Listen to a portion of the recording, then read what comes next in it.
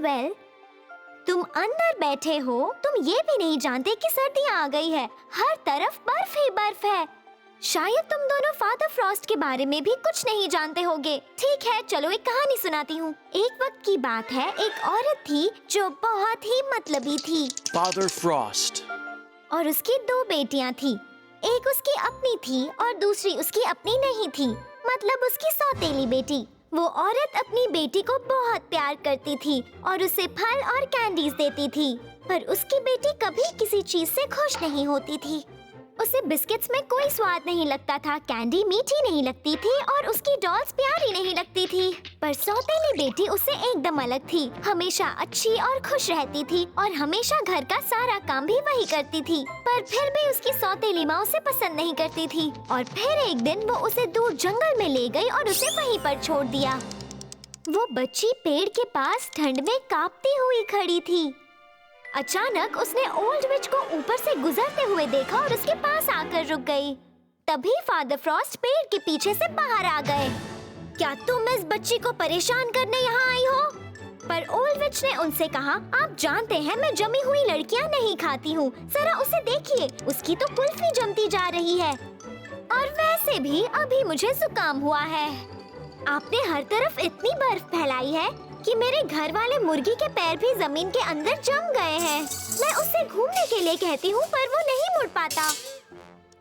ओह ठीक है, अब चले जाओ यहाँ से। जाओ। कल तापमान थोड़ा ज्यादा होगा और आसमान खुला रहेगा। उन्होंने वो ऐसा कहा जैसे टीवी पर कहते हैं तब जब कोई मौसम की जानकारी देता है। खैर, तो वो ओल्ड विच सवारी में बैठी और अपने घर की ओर चली गई। फिर फादर फ्रॉस्ट नन्ही बच्ची के पास आए और उसे एक अजीब सा सवाल पूछा, क्या तुम्हें गर्मी लग रही है मेरी प्यारी बच्ची? मैं ठीक हूँ, थैंक यू फादर फ्रॉस्ट, उसने उनसे कहा। तो फादर फ्रॉस्ट ने देखा कि वो बच्ची बड़ी ही प्यारी और नेक दिल है, इसीलिए उन्होंने उसे अपने साथ रखने का फैसला किया। इसीलिए वो उसे अपने आइस पैलेस में ले आए और कहा, मेरे पंखों से भरे कंबल पर उछलना और पंख उड़कर बाहर निकलेंगे और पृथ्वी पर बर्फ गिरेगी। अगर तुम पैलेस की सफाई करोगी तो सूरज बाहर निकलेगा और अगर तुम अपने सारे काम पूरे करोगी तो मैं तुम्हें इनाम दूंगा। नहीं, मैं इनाम दूंगा। नहीं, मैं इनाम दूंगा। मैं भूल गई उन्होंने क्या कहा था।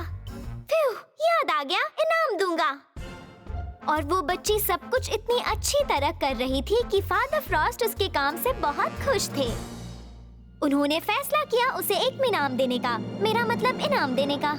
तो वो उसे जंगल की एक खुली जगह पर ले आए जहाँ 12 महीने आग के आसपास जमा हुए थे। उन सभी ने उसे तोहफे दिए। बसंत के महीनों ने उसे फूलों की एक बड़ी टोकरी दी। गर्मी के महीनों ने उसे दिए बेरीज और मशरूम्स। पतझड़ के महीनों ने उसे दी आलू से भरी हुई बोरी और एक और चीज जो वो इकट्ठा करते हैं। ओह याद आया, पत्ते।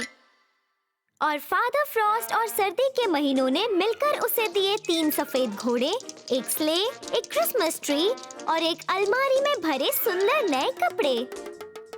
बच्ची वापस अपने घर आ गई, सेहतमंद और अमीर होकर। जब सौतेली माँ ने उसे देखा तो उसने उससे पूछा, तुम ये सारी चीजें कहाँ से लाई?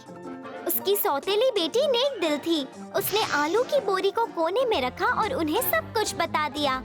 फिर वो मतलबी औरत अपनी बेटी को उठाकर उसे जंगल में छोड़ आई। वो पेड़ के पास बैठकर बड़बड़ाते हुए बस अपनी बिस्किट्स खाए जा रही थी। वो हर तरफ उनके टुकड़े गिरा रही थी। मुझे अकेला छोड़ दो। फिर फादर फ्रॉस्ट पेड़ के पीछे से बाहर निकले और उन्होंने उसे पूछा, क्या तुम्हें गर्मी लग रही है मेरी प्यारी बच्ची? तुम बूढ़े और बुद्धू हो, तुम्हें दिखता नहीं मुझे ठंड लग रही है। चलो जल्दी से मुझे मेरे तोहफे दो। फादर फ्रॉस्ट वहीं बर्फ में बैठ गए और उन्होंने उसे फिर से पूछा, क्या तुम्हें गर्मी लग रही है मेरी प्यारी बच्ची? वो लड़की गुस्से से खड़ी हो गई। तुम आखिर चाहते क्या हो? मैं जम जाऊं? जल्दी से मुझे मेरे तोहफे दो। फादर फ्रॉस्ट उठ खड़े हुए और उन्होंने अपनी जादू की छड़ी घुमाई और उसे बना दिया एक स्नो गर्ल।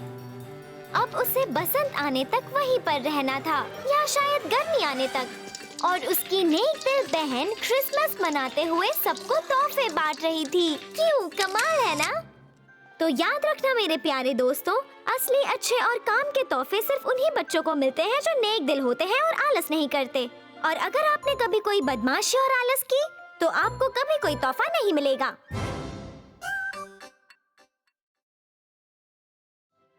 पता है मेरे प्यारे नन्हे दोस्तों, क्रिसमस आने वाला है, जब मिलते हैं तोहफे और आता है बहुत मजा। पर याद रहे, पटाखे फोड़ना कोई बच्चों का खेल नहीं होता। अगर उन्हें गलत तरीके से जलाया गया तो उनका नतीजा बहुत ही बुरा हो सकता है। बस ये कहानी सुन लो। The Snow Maiden। एक बूढ़े अंकल थे जो अपनी पत्नी के साथ बर्फीले मैदान के पास रहते थे। उनके बच्चे शहर रहने चले गए थे और उनके बच्चों को अपने साथ ले गए थे। वो बस गर्मियों में अपने दादा दादी से मिलने आते थे और सर्दियों में बूढ़े अंकल और उनकी बूढ़ी पत्नी को उन बच्चों की याद बहुत सताती थी। वो दिन भर खिड़की के पास बैठे रहते थे और दुख भरी आंखों से पड़ोसियों के बच्चों को खेलते हुए देखते थे। एक दिन बूढ़े अंकल को एक आइडिया आया। उन्होंने अपने सिर पर हाथ मारा और कहा, सुनो मेरी प्यारी, मुझे एक आइडिया आया है। क्यों ना हम दोनों मिलकर बर्फ में से अपने लिए एक पोती बना ले। बूढ़ी आंटी को बूढ़े अंकल का ये आइडिया बहुत ही अच्छा लगा। वो दोनों भागते हुए बाहर गए और उन्होंने बर्फ से अपने लिए एक पोती बनाना शुरू किया। उन्होंने एक बड़ा बर्फ का गोला बनाया और दोनों बहुत थक गए। ये तो अच्छा हुआ कि बाहर बर्फ में खेल रहे बच्चों ने उनकी मदद की। उन्होंने बर्फ के गोले पर हाथ और पैर लगाए और फिर सबसे ऊपर उन्होंने रखा उसका सिर। बूढ़े अंकल ने बनाई उसकी आँखें, उसकी नाक और उसका मुँह।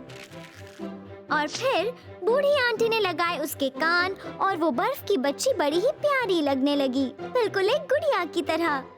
अचानक उस गुड़िया ने अपनी आंखें झपकाई और वो जिंदा हो गई। बूढ़े अंकल और बूढ़ी आंटी तो खुशी से झूम उठे और उन्होंने उस लड़की का नाम रखा स्नो मेडन। स्नो मेडन तेजी से बढ़ने लगी थी और बसंत के आने तक तो वो अच्छी खासी बड़ी हो गई थी। वैसे वो दिखने में तो बड़ी थी, पर दिल से अब भी एक बच्ची ही थी। वो हमेशा एक छोटे बच्चे की तरह शरारतें करती रहती थी। उसने घर की घड़ी तोड़ी और अपनी सबसे अच्छी ड्रेस फाड़ दी। बूढ़े अंकल को घड़ी ठीक करनी पड़ी और बूढ़ी आंटी ने उसकी ड्रेस सी दी। वक्त तेजी से निकल रहा था और जल्द ही बसंत का मौसम आ गया, जैसे कि एक कहानी में होता है। घास है हरी हरी, सूरज है चमकीला, बसंत का है मौसम आया, सब कुछ हो गया रंगीला। पर स्नो मेडन बहुत ही दुखी थी क्योंकि बूढ़े अंकल और आंटी उसे बाहर भेजने से डर रहे थे। अगर वो पिघल जाती तो। और बसंत के बाद आया गर्मियों का मौसम। सभी लोग तैर रहे थे, मजे कर रहे थे, पर स्नो मेडन खिड़की के पास बैठकर सब देख रही थी। बूढ़े अंकल और आंटी को उसकी बहुत फिक्र हो रही थी और वो हर रोज अपने बच्चों को चिट्ठियाँ लिखकर बच्चों के साथ वहाँ बुला रहे थे क्योंकि स्नो मेडन अकेले बहुत ही दुखी थी और हर दिन गर्मी बढ़ती ही जा रही थी। इसलिए बूढ़े अंकल और आंटी ने स्नो मेडन को खिड़की से दूर रहने के लिए कहा। और जब घर में भी गर्मी बढ़ने लगी तो उन्होंने तय किया कि दिन में उसे रेफ्रिजरेटर में रखना ही सही होगा। एक बच्चे के लिए ऐसा जीना भी कोई जीना है भला? रेफ्रिजरेटर में बैठे रहना और चाहते हुए भी बाहर नहीं निकल पाना। आखिरकार उन्हें शहर से एक टेलीग्राम आया, छुट्टी हो गई, हम सब आ रहे हैं। बूढ़े अंकल और बूढ़ी आंटी खुशी से नाचने लगे जैसे कि वो जवान हो गए हों और उन्होंने स्नो मेडन से कहा, तुम्हें बस थोड़ी ही देर और ये सब सहना होगा। हमारे वापस आने तक तुम बस रेफ्रिजरेटर में ही बैठी रहना। हम बस अपने पोते पोती को स्टेशन से लाने जा रहे हैं और वापस आते वक्त हम तुम्हारे लिए आइसक्रीम लाएंगे। और फिर वो चले गए। शाम हो गई। स्नो मेडन ने सोचा कि चलो रेफ्रिजरेटर से बाहर निकलकर खिड़की से देखा जाए कि वो आ रहे हैं या नहीं। पड़ोस के बच्चे बाहर ही थे और आग के पास नाच रहे थे और फिर उन्होंने आग के ऊपर से छलांग लगाना शुरू किया। स्नो मेडन भी उनके पास जाकर उनके साथ खेलना और उछलना चाहती थी और वो सारी वार्निंग्स भूल गई और बाहर आ गई। फिर उसने सबको सरप्राइज देने का फैसला किया और वो वापस घर के अंदर जाकर पटाखे ले आई। फिर वो आग के पास गई और उस पर छलांग लगाई और फिर पता है क्या हुआ? वो स्नो मेडन बदल गई एक छोटे से सफेद बादल में। बूढ़े अंकल और बूढ़ी आंटी स्टेशन से अपने पोता पोती को लेकर वापस आ गए और उन्होंने एक दुखी नन्हे बादल को अपने घर के ऊपर झूलते हुए देखा। और फिर उन्होंने एक आवाज सुनी, बच्चों कभी आग के साथ मत खेलो और प्लीज रोना नहीं दादा दादी, मैं आपसे मिलने के लिए वापस आऊंगी सर्दियों में, वो भी बर्फ बनकर, ताकि आपको अकेलापन महसूस ना हो। तो तुम आग और पटाखे से खेलने के खतरों के बारे में सब समझ गए क्यों, है ना? तो फिर मैरी क्रिसमस।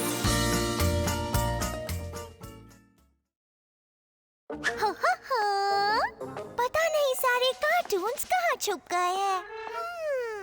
चलो जांच शुरू करते हैं। 1 2 3 और 4 5 6 ढूंढो जो कार्टून अच्छे। माइक्रोफोन में तुम कहो माशा एंड द बेयर मिले चलो। समझ गए नन्हे गुरु, अब आप भी हो जाओ शुरू।